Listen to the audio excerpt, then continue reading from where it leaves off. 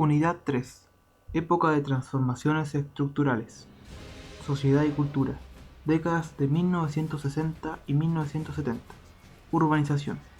Es importante considerar el componente de migraciones campo-ciudad, ya que explicaba el estancamiento de la población rural desde 1930. Sin embargo, la aplicación de políticas públicas de modernización de las relaciones laborales y de propiedad de tierras en el campo disminuyó, pero continuaron las migraciones. Es decir, al distribuir tierras, la reforma agraria debió haberse transformado en factor de retención de población rural. Esto ocurría porque las migraciones constituían un fenómeno generalizado en esa época, no exclusivo de Chile, ya que también estaba ocurriendo en América Latina y en el resto del mundo. Concentración urbana. La gente emigraba del campo a la ciudad, ya que las motivaciones eran de todo tipo, económicas como sociales. Esas motivaciones reflejaban la marcada diferencia espacial que existía en esos años en Chile, entre el espacio urbano y rural. Las ciudades vivían evidentes procesos de expansión, de población, de edificaciones, negocios y empresas, que eran a la vez causa y consecuencia de las migraciones. Dentro de la gama de industrias que existían, la que más se expandió en la década de 1960 fue la industria de bienes de consumo durable, tales como electrodomésticos, maquinaria eléctrica y automóviles. Esta gran industria de consumo fue la principal responsable de las migraciones campo-ciudad de la década del 60, ya que la creación de estos centros industriales presionó la expansión del mercado interno urbano. Proceso de descentralización nacional. Desde 1965, la Oficina de Planificación Nacional, o DEPLAN, empezó a desarrollar políticas de estrategia de desarrollo regional polarizado. Esta postulaba la creación de polos de desarrollo como pilares del crecimiento económico en todo Chile. El proyecto de DEPLAN postulaba el desarrollo nacional, activando las regiones a través de la concentración de inversiones en polos urbanos determinados previamente. El proyecto de plan llevaba solo 3 años de implementación, y sus políticas requerían mayor cantidad de tiempo para llegar a un buen puerto. Con la llegada de una nueva administración en 1970, se abandonó esa estrategia por otra que buscaba un desarrollo regional integral, que privilegiaba la independencia nacional, lo que provocó una vez más el abandono de esta nueva estrategia que sería retomada posteriormente en el gobierno militar. Cambios en la estructura social. El surgimiento de los grupos económicos. Desde la década de 1950 comenzó a predominar en la clase alta chilena un nuevo sector de gran riqueza, integrado por diversos grupos económicos. En materia económica y social estaba ocurriendo otro tanto: la concentración económica de empresas y capitales, en una élite de empresarios y corporaciones multinacionales. Este fenómeno ocurrió en Chile como consecuencia de la expansión de la industrialización sustitutiva de importaciones en condiciones de deficiencias del mercado interno, que limitaban la competitividad de los agentes económicos.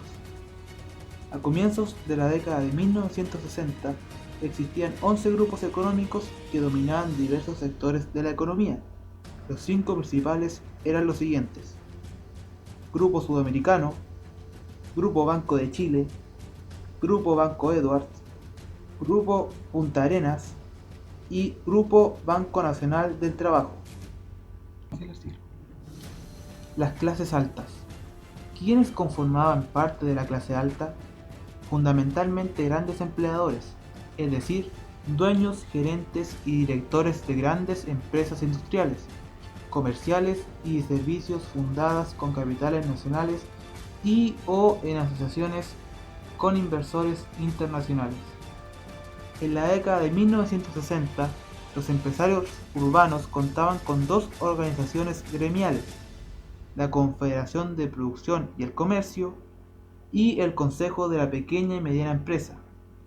Los propietarios rurales contaban con 3 organizaciones: la Sociedad Nacional de la Agricultura, la Confederación de Productores Agrícolas y el Consorcio de Sociedades Agrícolas del Sur. Estas asociaciones también discreparon respecto de las políticas públicas, especialmente de los gobiernos de Jorge Alessandri y Eduardo Frei. La CPC era una organización más liberal, más orientada al mercado, partidaria de una economía más abierta e internacionalizada y de un Estado más pequeño y poco interventor.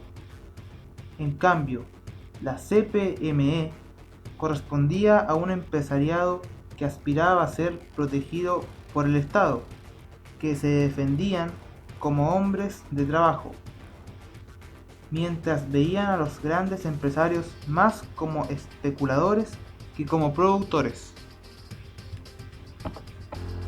Los sectores medios. Desde 1938, el crecimiento de la administración pública fue cubierto exclusivamente por sectores medios. Por ende, desde un punto de vista político-administrativo, las clases medias se habían transformado en las fuerzas dirigentes del país. El incremento de la cobertura escolar, tanto a nivel primario, secundario como universitario, contribuyeron a consolidar los sectores medios. En lo que a cultura formal se refiere, la inmensa mayoría de los productores culturales del país, es decir, profesores, intelectuales, artistas, etc., procedían de la clase media. En los años 60 existían dos sectores medios, claramente diferenciados en términos ocupacionales y de niveles de ingreso. Los sectores medios tradicionales, originalmente vinculados a la economía tradicional, la burocracia pública, como la judicatura, el servicio diplomático y la educación.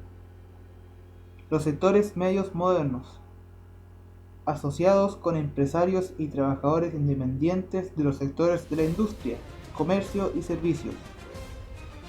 Gremialmente, una parte de este sector se organizaba en torno de la Confederación de Empleados Particulares.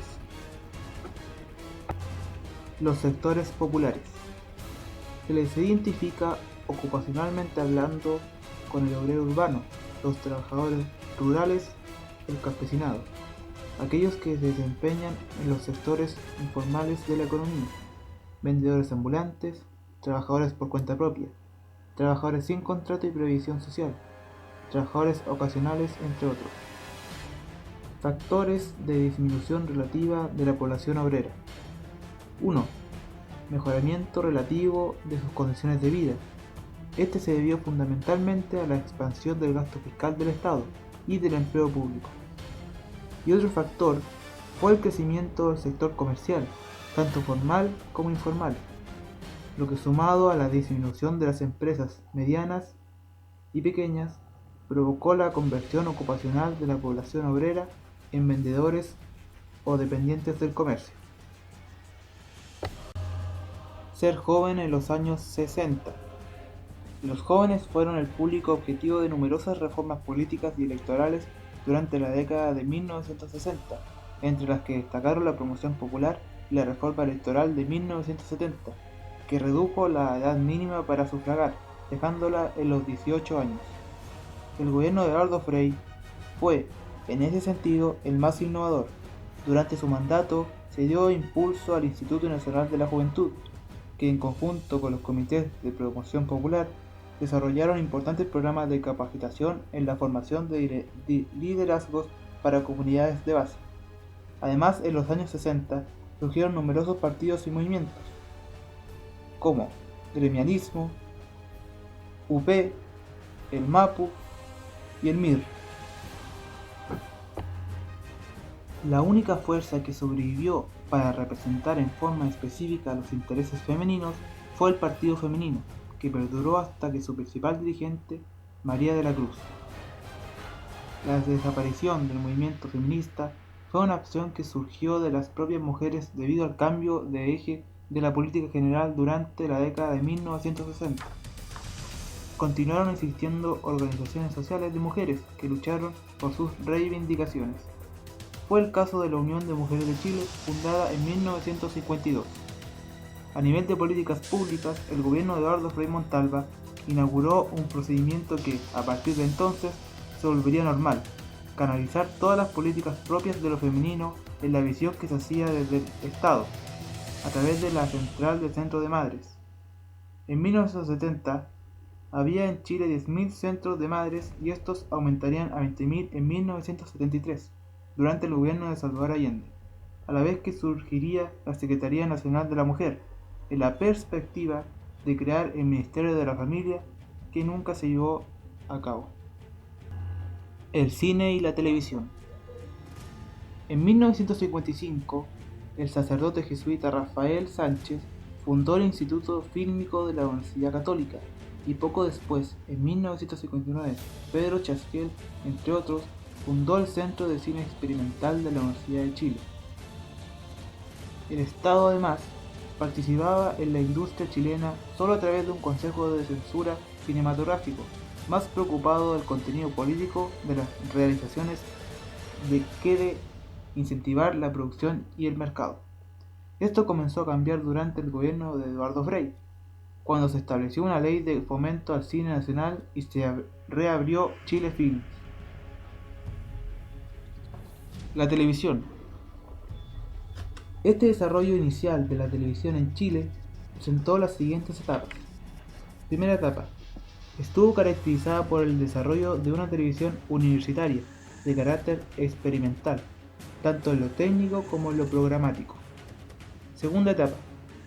Estuvo condicionada por el impacto del Campeonato Mundial de Fútbol de 1962, que presionó directamente a la televisión chilena.